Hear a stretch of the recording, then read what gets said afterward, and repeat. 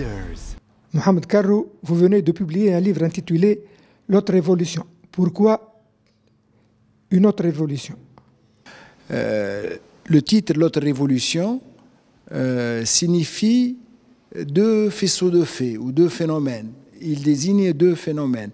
Le premier, c'est que la révolution tunisienne, telle qu'elle a eu lieu, est différente de toutes les autres révolutions. On ne peut pas la comparer et on ne peut pas la lire à la lumière des grilles élaborées pour les autres révolutions. D'autre part, l'autre révolution, c'est-à-dire la révolution qui manque, la révolution citoyenne.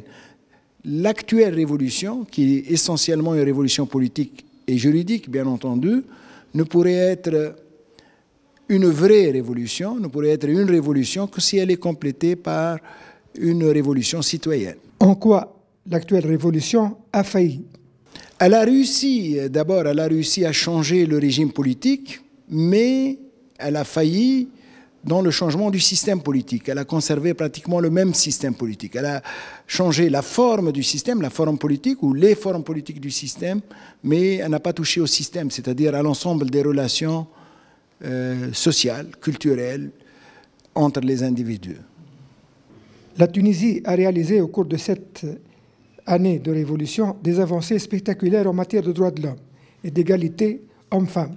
Pourquoi la plupart des pays arabes tardent à lui emboîter le pas? Il tarde à lui emboîter le pas, certes, mais il y a également des changements dans les autres pays arabes. Il faudrait être attentif à ce qui se passe dans les autres pays et ne pas être concentré uniquement sur la Tunisie. Parce que il y a d'un côté le droit et les normes juridiques et de l'autre les pratiques. Au niveau des pratiques, les changements sont beaucoup plus lents qu'on ne le croit. Pourquoi la Tunisie a échappé au sort des autres pays du printemps arabe?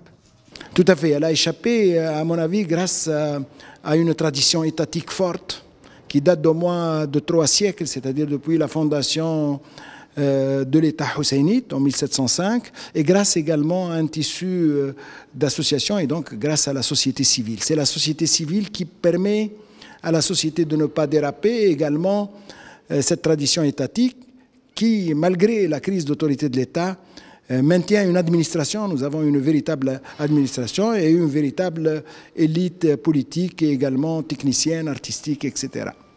Je pense que ça va être laborieux et lent. C'est de toute façon la leçon que nous tirons de l'histoire de la plupart des révolutions. C'est un processus historique qui mettra des années, sinon des décennies pour s'installer.